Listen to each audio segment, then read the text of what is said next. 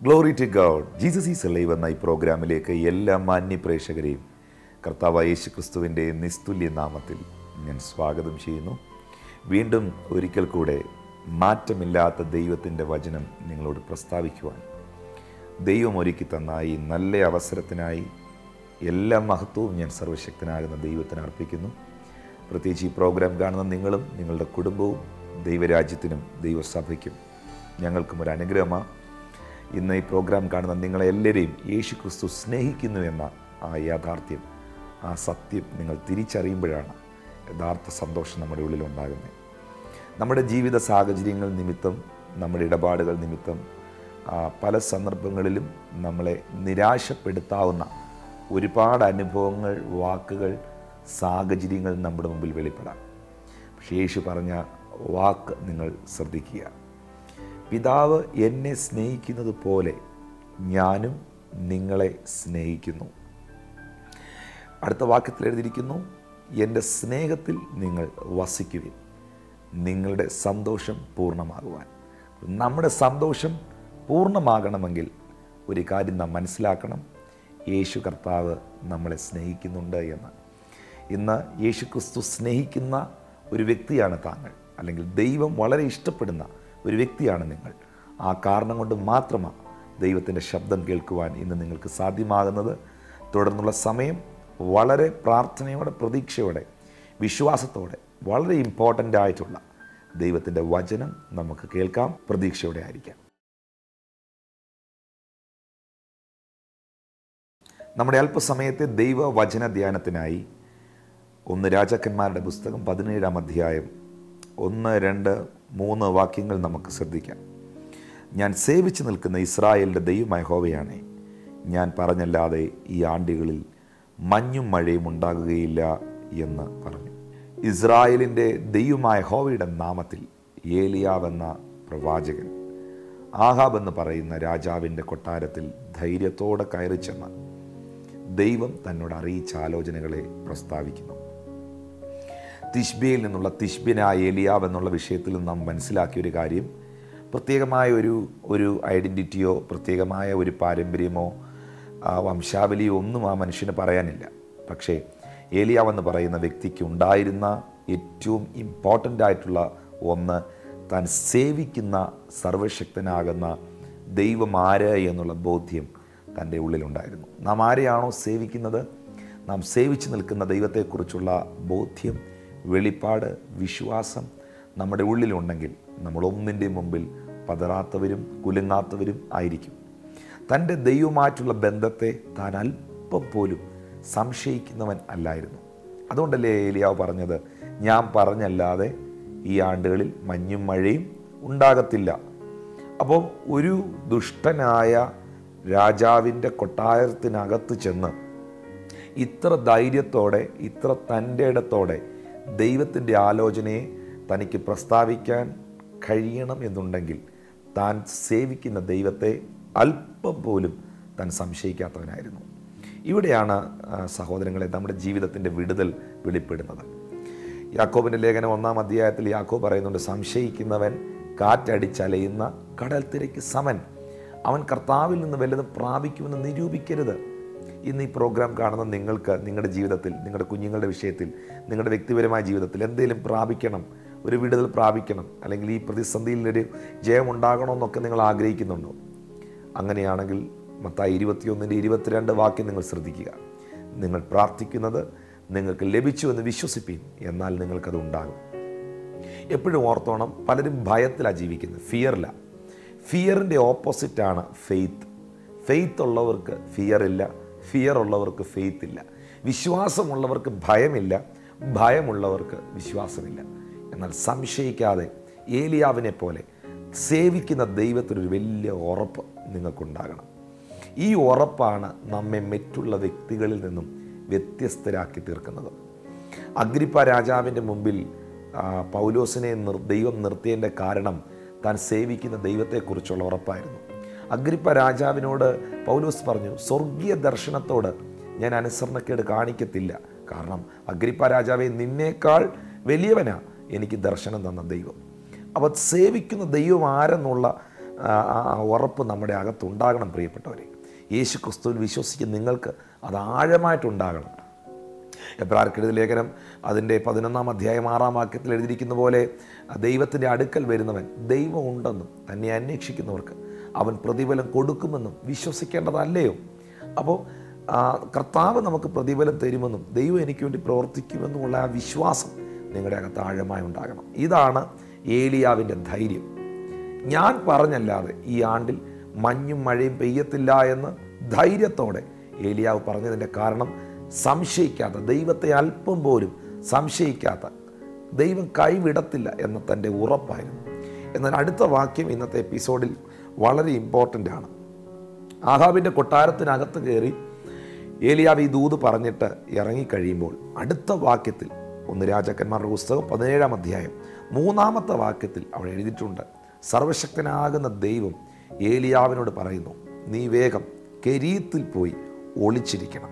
എന്നിട്ട് കർത്താവ് പറയുന്നു, നിന്നെ കരുതേണ്ടതിന് ഞാൻ കാക്കയോട് കൽപ്പിച്ചിരിക്കുന്നു. നോക്കിയേ, കെരീത്തിലേക്ക് പോകുവാൻ ഏലിയാവിനോട് ദൈവം ആവശ്യപ്പെടുന്നു. എന്തിനു ശേഷം? ആഹാബിൻ്റെ കൊട്ടാരത്തിനകത്ത് കയറി സത്യദൈവത്തിൻ്റെ പൊന്നു തിരുനാമത്തെ വിമർശിക്കുന്ന, കുറ്റപ്പെടുത്തുന്ന, അസത്യത്തിന് വേണ്ടി നിൽക്കുന്ന, മന്ത്രവാദങ്ങൾക്കും ആഭിചാരങ്ങൾക്കും വേണ്ടി നിൽക്കുന്ന, അഭിഷിക്തന്മാർക്കും ദൈവപ്രവർത്തികൾക്കും വിരുദ്ധമായി നിൽക്കുന്ന രാജാവിൻ്റെ കൊട്ടാരത്തിനകത്ത് കയറി ആഴമേറിയ സന്ദേശം ഏലിയാവുള്ള സത്യം വിളിച്ചു പറഞ്ഞു.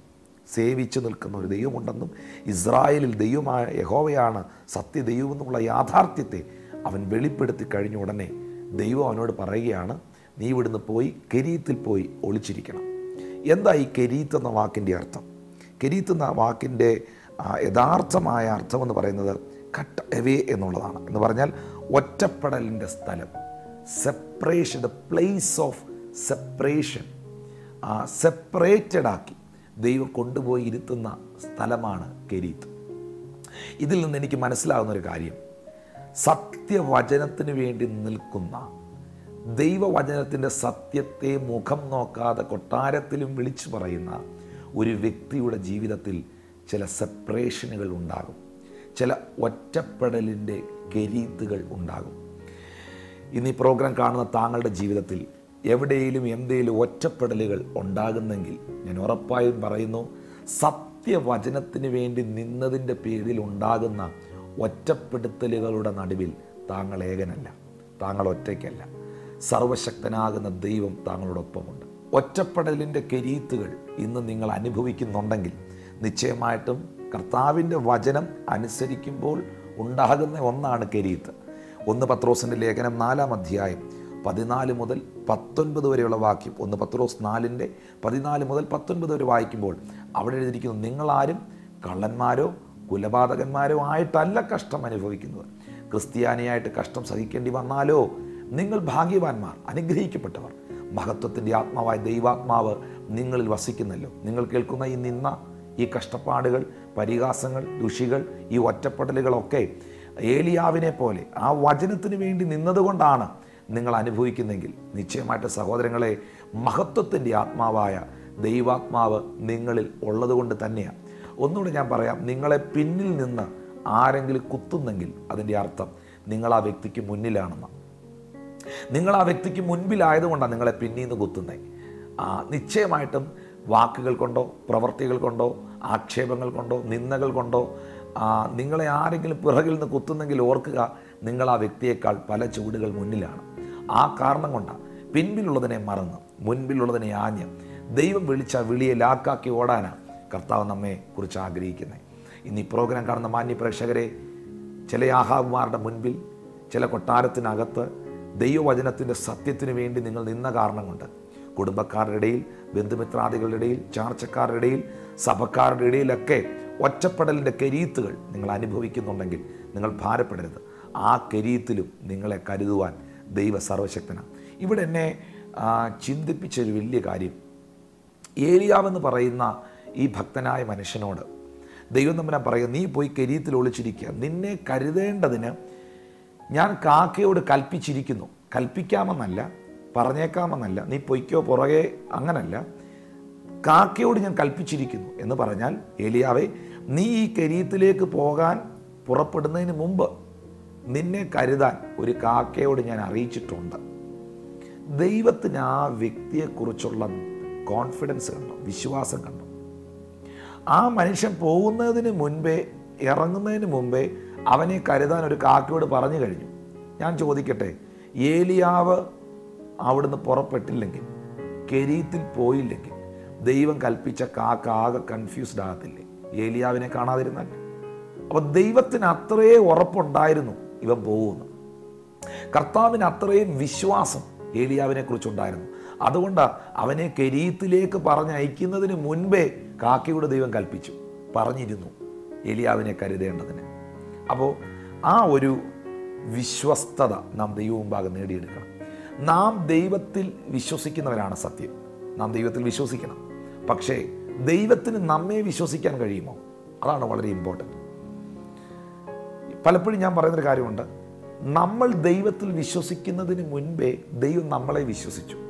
അതുകൊണ്ടാണ് അവൻ നമ്മളെ വിശ്വസ്തരെന്ന് എണ്ണി ശുശ്രൂഷ ഏൽപ്പിച്ചു.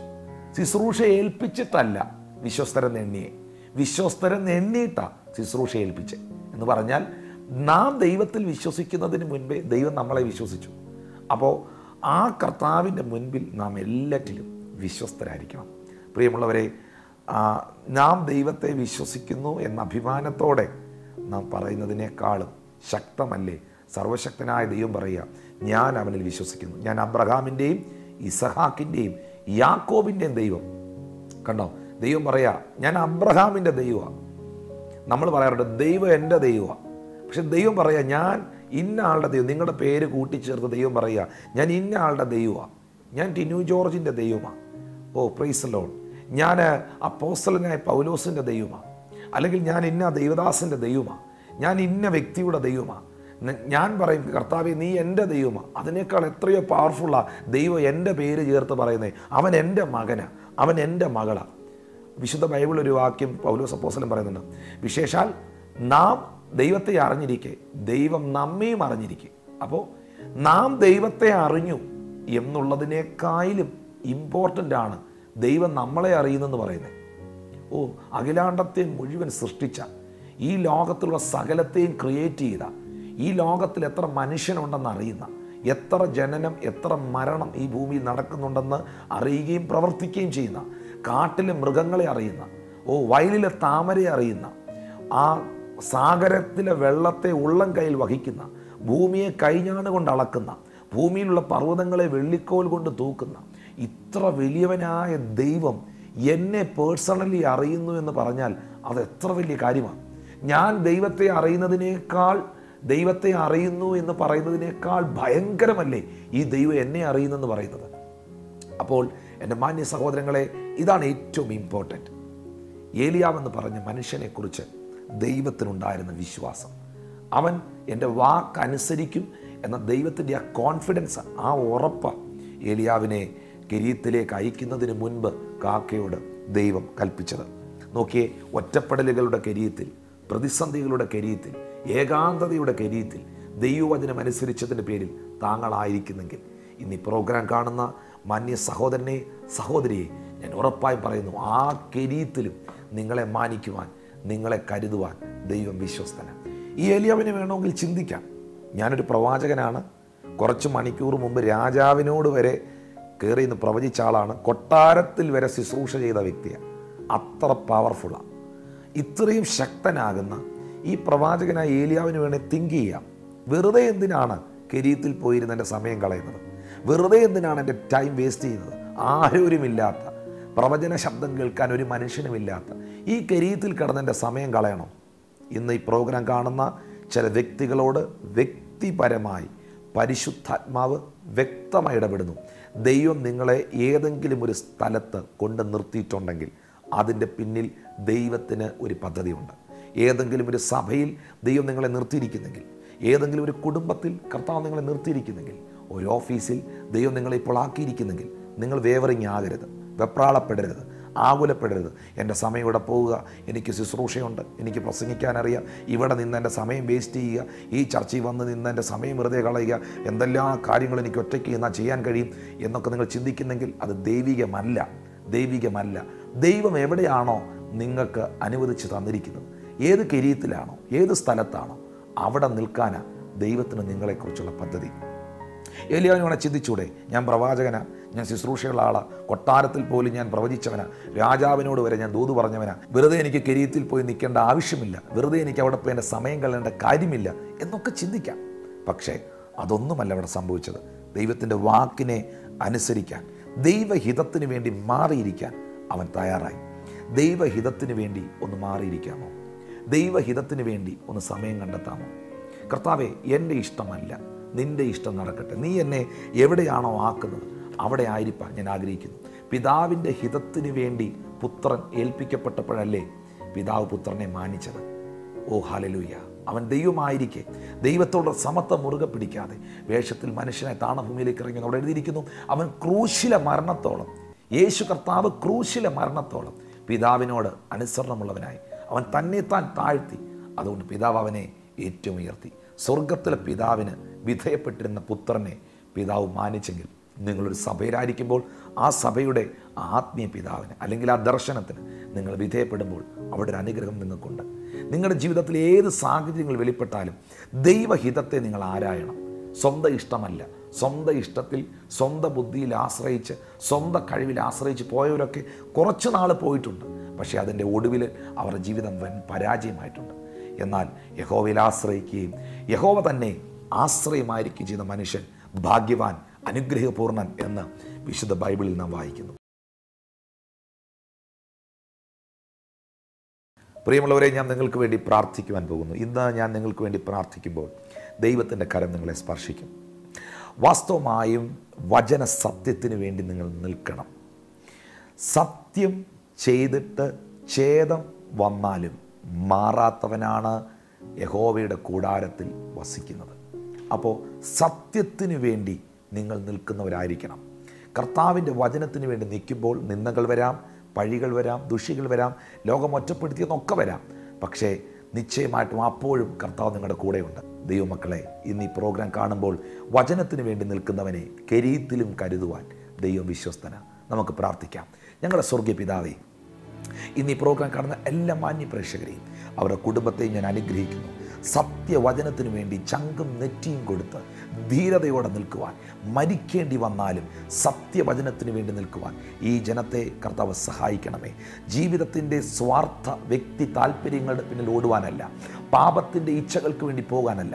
മോശയെ പോലെ വിശ്വാസത്താൽ മോശ താൻ വളർന്നപ്പോൾ പാപത്തിൻ്റെ താൽക്കാലിക ഭോഗങ്ങളെക്കാൾ ദൈവജനത്തോടുകൂടെ കഷ്ടം അനുഭവിക്കുന്നത് ഏറ്റവും നല്ലത് എന്നവൻ തിരഞ്ഞെടുത്തതുപോലെ കർത്താവെ, പാപത്തിൻ്റെ താൽക്കാലിക സുഖഭോഗങ്ങളെക്കാൾ കർത്താവിൻ്റെ വചനത്തിന് വേണ്ടി നിൽക്കുവാൻ ഈ വ്യക്തികളെ, കുടുംബങ്ങളെ നീ സഹായിക്കണമേ.